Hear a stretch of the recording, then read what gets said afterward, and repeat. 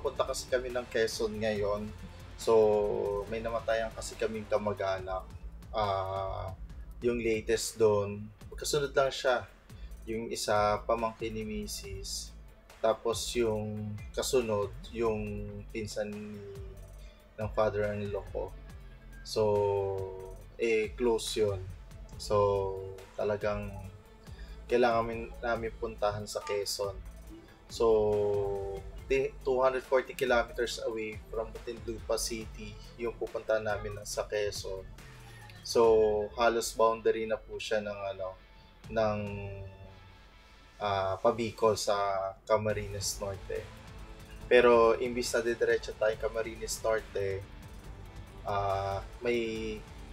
may turn right tayo papuntang Ginyangan, Quezon.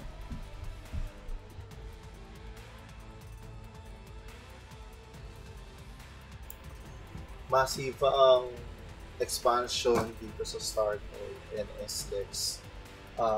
Lalo na to sa SLEX nitong mga nakaraang buwan. Talagang in-expand nila yung kalsada. Ngayon, dito sa Startoil, tinapyas nila yung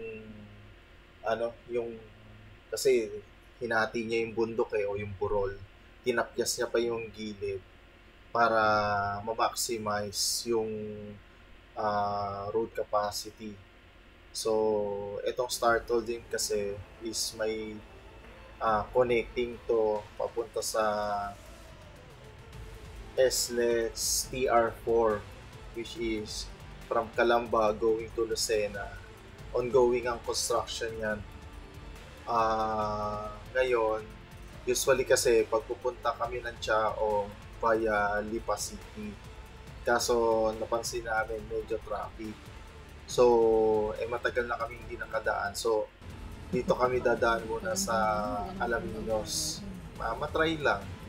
So, madalas naman kami sa Lipa City. Pero ngayon, dito kami via Alaminos going to Chaong. Itong Santo Tomas, matindi ang naging commercialized na ito within span of 10 years. Noon kasi naghahanap ako ng lugaw dahil bagong panganak si Mrs. Mahirap makahanap. Ngayon, kaliwat kanan ng commercial area, commercial food establishment. Ngayon may bagong tayong SM. So, grabe. Tapos dito, nakita pa namin si Sir Felix along the way. Pupunta siguro to sa MX3 driving range. Si Sir Felix, siya yung coach namin sa golf. So, abangan nyo guys ang separate story with Coach Felix.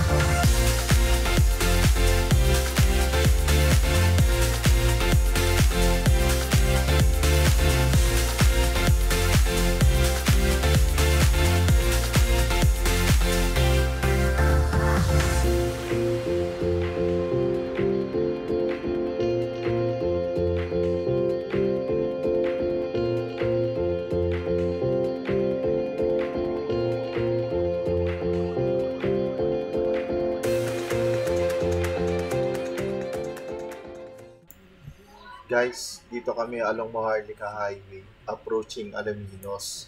So, hindi pa kami nakakarating ng Alaminos bypass road. Pero, yun talaga ang tutumbukin namin. So, napansin ko lang, babagal ang aming movement because of construction ng kalsada. Actually, konkreto naman yung kalsada. So, siguro may mga lubak-lubak, pero as in bihira naman to. Kadalasan yung nakapatong na asfalto do sa konkreto, yun yung lubak. So, sana sa akin lang kasi tinanggal na lang yung lumang asfalto at aspaltuhin na buong kalsadang yan. Pero dapat yung klase ng aspalto yung pang heavy duty. Pero ang nakakapagtaka lang kasi, bakit kung tuwing kailang may palapit na eleksyon, dyan nila ginagawa yan. Kung totoosin naman, pwede namang gawin nila yan 2 years earlier.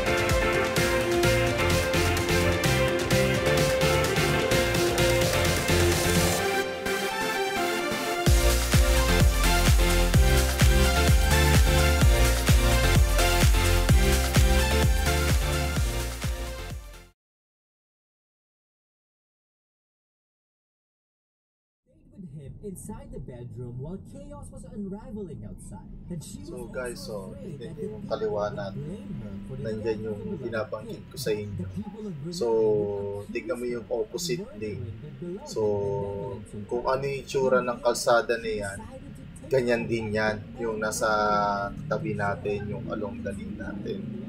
So, imagine mo na lang, kasi mag-ano yan eh, magre-register yan as new road. Maganda sana kung nag-new road ka, edi sana doon sa kalibliban ng mga baryo o barangay. At least matutuwa pa mga tao doon. Ito, imagine mo, okay pa yung kalsada, giniba na, papalapit ang eleksyon. So, imagine mo yung traffic na istorbo sa mga motorista. So, magka-holiday season pa.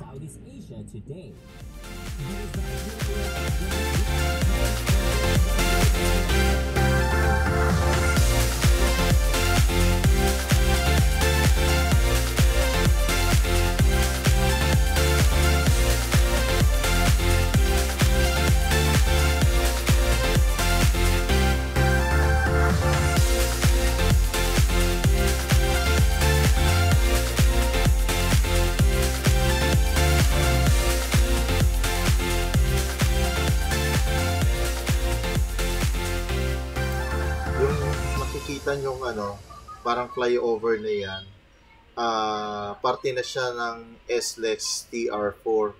So, yan yung nabanggit ko sa inyo from Calamba going to Lucena. Pag natapos yan, malaking bagay yan. So, siguro, for normal traffic from from Muntinlupa to Lucena is 4 hours. So, siguro baka 2 hours na lang yan talaga. Or 1 hour. 1 hour or 1.5 hours siguro.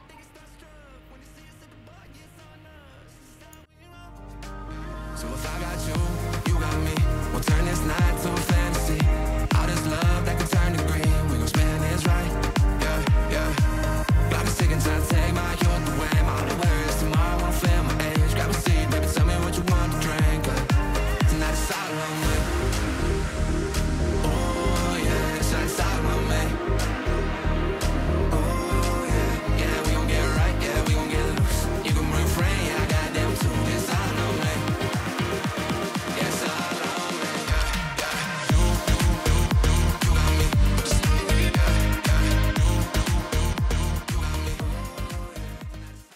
So, dito sa intersection na to, going right, going back to Lipayan, tas going left, pabalik ka ng Maharlika Highway, pero lagpas ka na ng Alaminos Town proper.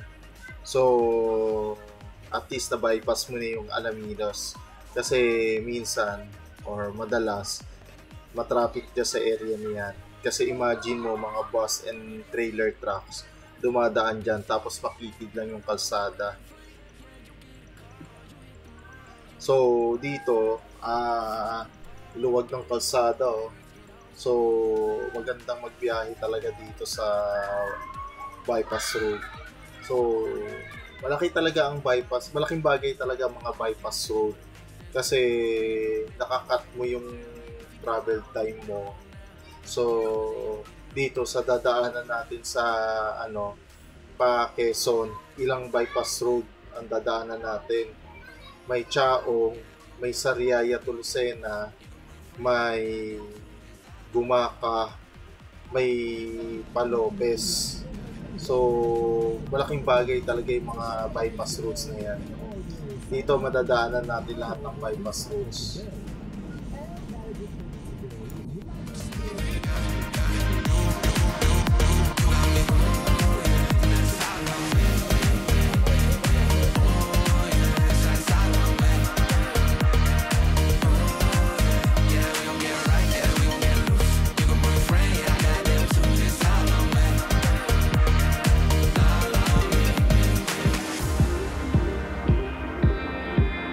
7 hours driving on the highway, far away, far away, far away. Every moment I was spending on regrets was such a waste, such a waste, such a waste. Looking on the city lights, flashing bright in my eyes. Look up to the sky and I got this relief inside. Then there's no need to hide. I'm going all the way up. Ah, I'm going all the way up. Ah, I'm letting go in my heart. Ah, of everything that holds me down. No, no. And it's feeling like I'm in love. I can feel the love. Oh yeah, it's all around me. Oh, I need to know how I can let go. Not afraid to fall and perish it behind me. Feeling like a stranger on a foreign land. Far away, far away, far away. I could get along, could be a different man.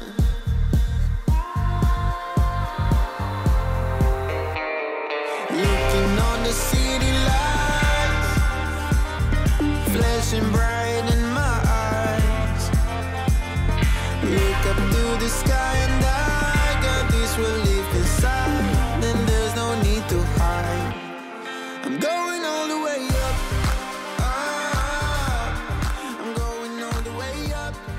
Ah, I'm letting go in my Guys, nag-stop over tayo sa Lucena para mag-lunch. So, along Pagdilaw na tayo, approaching tayo ng Patimonan.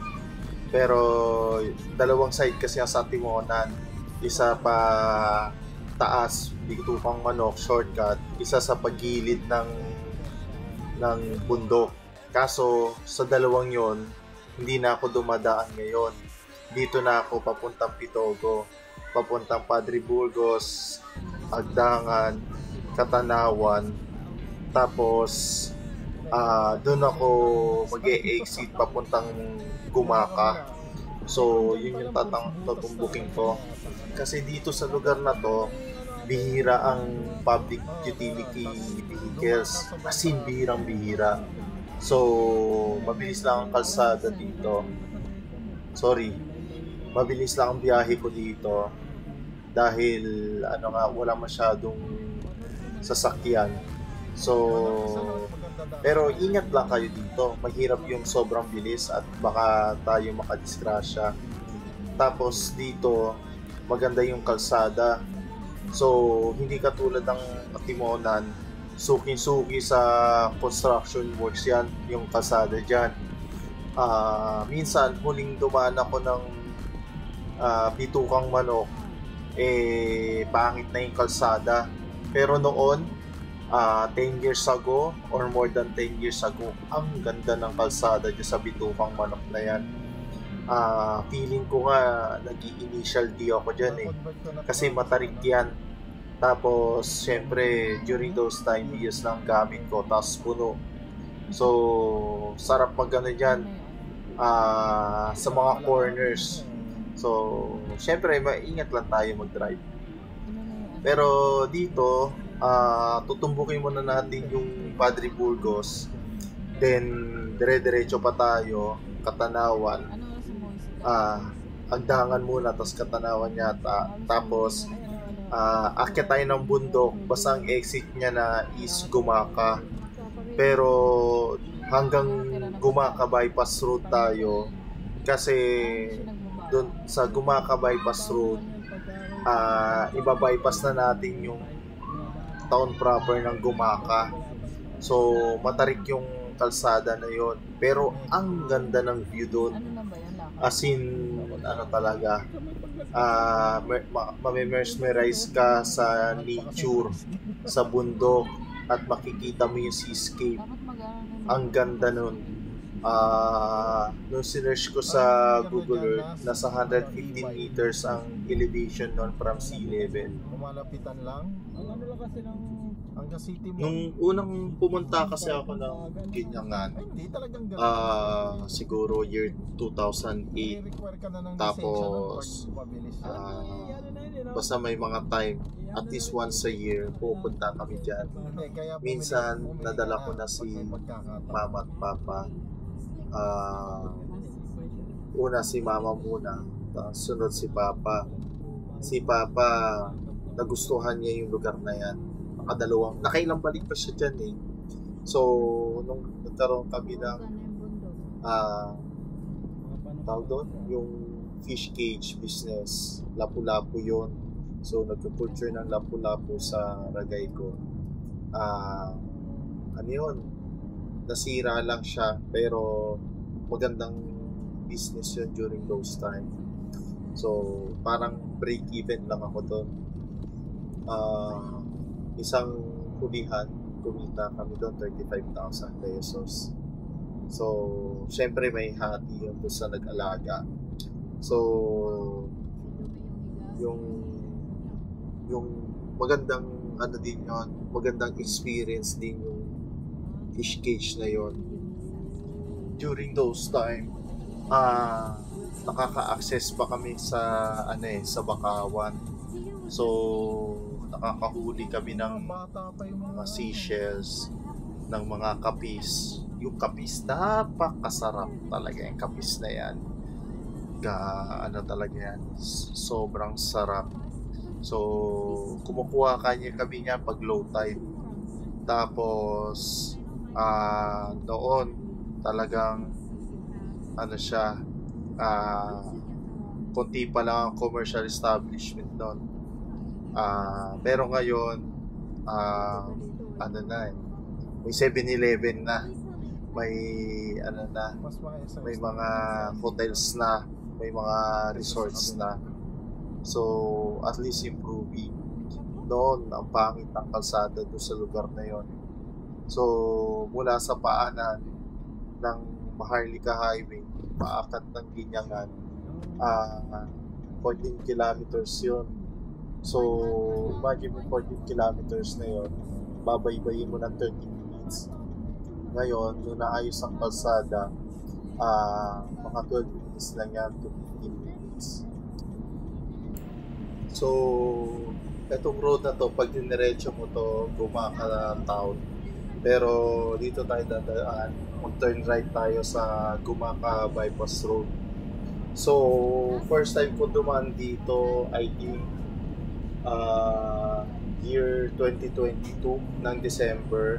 So, may ginagawa kaming, sineset up kaming conveyor para sa isang logistic hub sa Naga. So, 5 probinsya yung na-assign sa amin. So, meron kami sa Isabela, Pangasinan. Then, pero ito, meron kaming Naga. So, naisipan kong, matagal na ako hindi nakadaan dito prior to pandemic. So, nung nakita ko tong daan na to, may bypass road pala. So, dito kami dumaan ng kasamahan ko noon. Dito, sobrang tarik ng kalsada. So, kailangan malakas makina mo. Kaso, during those time, siguro itong daan na to, sa umpisa lang maganda. Pero, pagdating doon sa kalahati, rough road. So, sakto naman, ang dala namin na sasakyan na service namin noon is Fortuner. So, okay lang. Hindi naman kami dihado. Pero, ngayon kasi, nung dumaan kami dito, naulan. Pero, nung pag hindi naulan, pagdating mo ng mataas na elevation dito sa 115 meters above sea level, makikita mo talaga yung seascape at yung mga nakapaligid sa yung bundok. Kitang-kita mo talaga ang ganda ng view. Kaso, sorry, medyo naunad kasi ngayon. Pero, sulit dumaan dito. Tapos, kaso dito, dahil puno kami, mahirap din. Kaya naman ang sasakyan. Huwag ka lang magmabilis. Kaso ako, mas maganda kasi yung mas mabilis ka sa umpisa para at least hindi may buwelo ka. Ika nga may momentum ka. So, naman, ang gamit ko dito is naka-overdrive ako. So, dito, kita mo, ito yung area na tanaw mo yung dagat, tanaw mo yung mga bundok. Kaso, ito yung area na dumaan kami dito is may naulan. So, sayang hindi natin makikita kung gaano siya kaganda. Patarik talaga yun. Ito medyo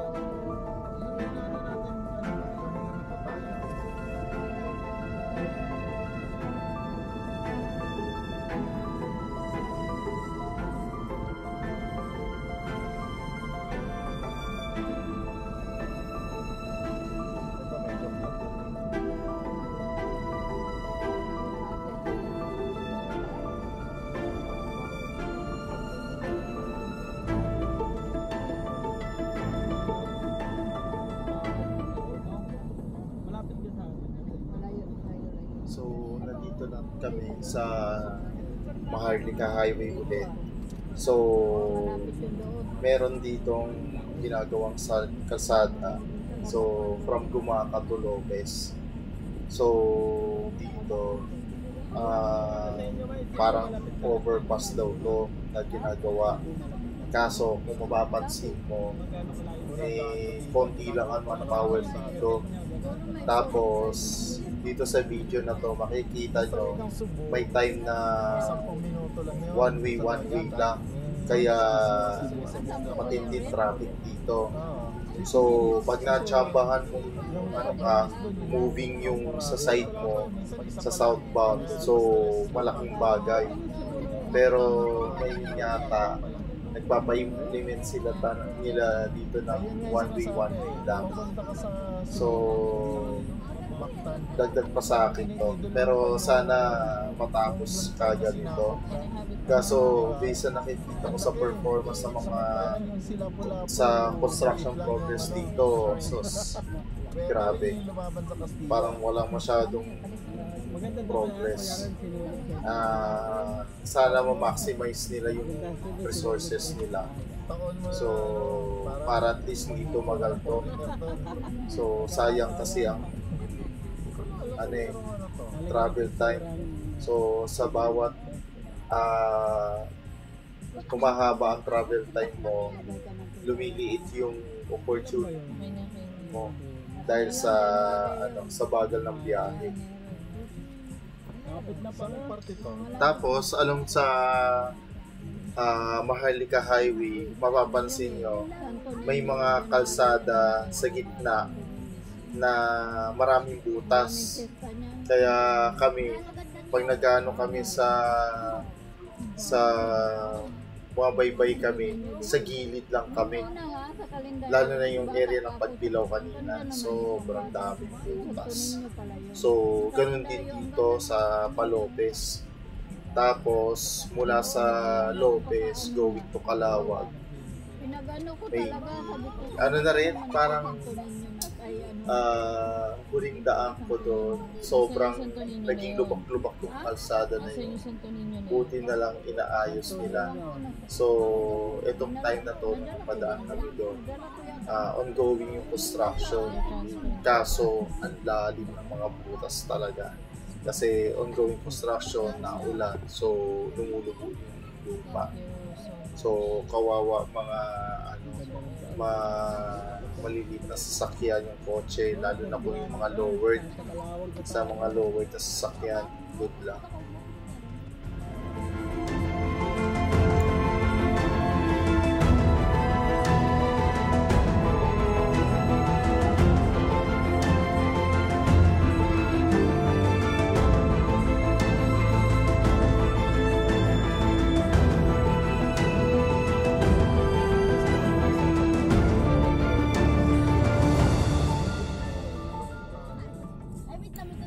So, nakalagpas na tayo ng Calawag. Grabe yung mga pinagdaanan talaga nating traffic. Yung pinagdaanan nating mga malalaking butas ng kalsada. Matindi. So, dun sa may Lopez to Calawag, ongoing naman ang construction doon. So, dito, pag diniretso mo to, makakarating ka na ng Bicol. Pero etong may to turn right tayo dito. Ito na naman yung paakyat ng Ginyangan. Ito, paakyat ng Ginyangan yan.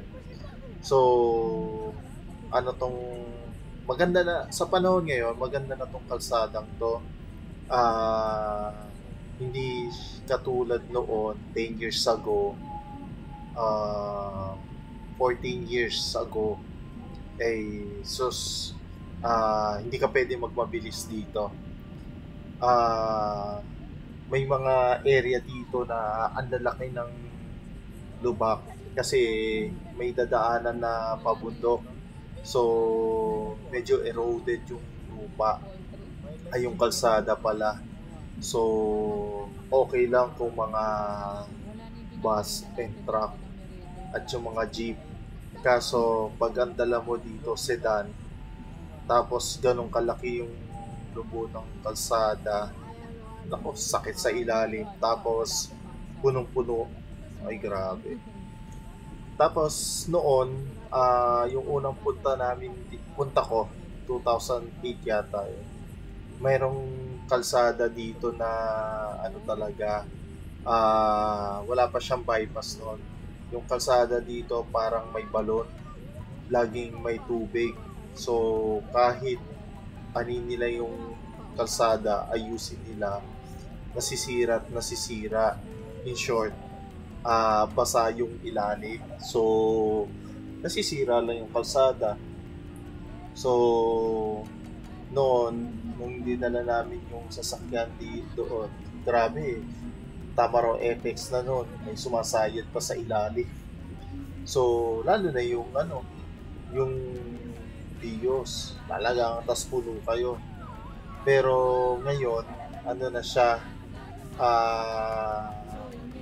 wala na siya, ginawan siya ng bypass sa medyo pabundok ng konti. Maliit lang na bypass road yun, pero malaking bagay. Kasi noon talagang may time na may pinababa pa ako sa kalsada. Kasi since masyadong mabigat, sumasayad yung ilalim sa sa mga bato at lupa. So ito is 14 kilometers mula sa pinaglikuan natin sa Maharlika High pataas hanggang Barangay Sisi. So, at least 30 minutes to kung pababa ka. Ganun ka tagal ang biyahe noon. So, ngayon, na best record ko dito at least 12 minutes. So, dahil maganda na yung kalsada ngayon, pwede ka nang magmabilis ng matakbo. Pero, basta pag may ingat ka lang sa may sa may mga pag maraming bahay, doon talaga kontrolado talaga speed mo. Hindi ka pwede magmabilis. Kasi sa ganitong mga barangay road, nakakatakot dito pag yung mga biglang tawid. So, hindi lang bata ang tumatawid dito. Minsan mga kambing, manok.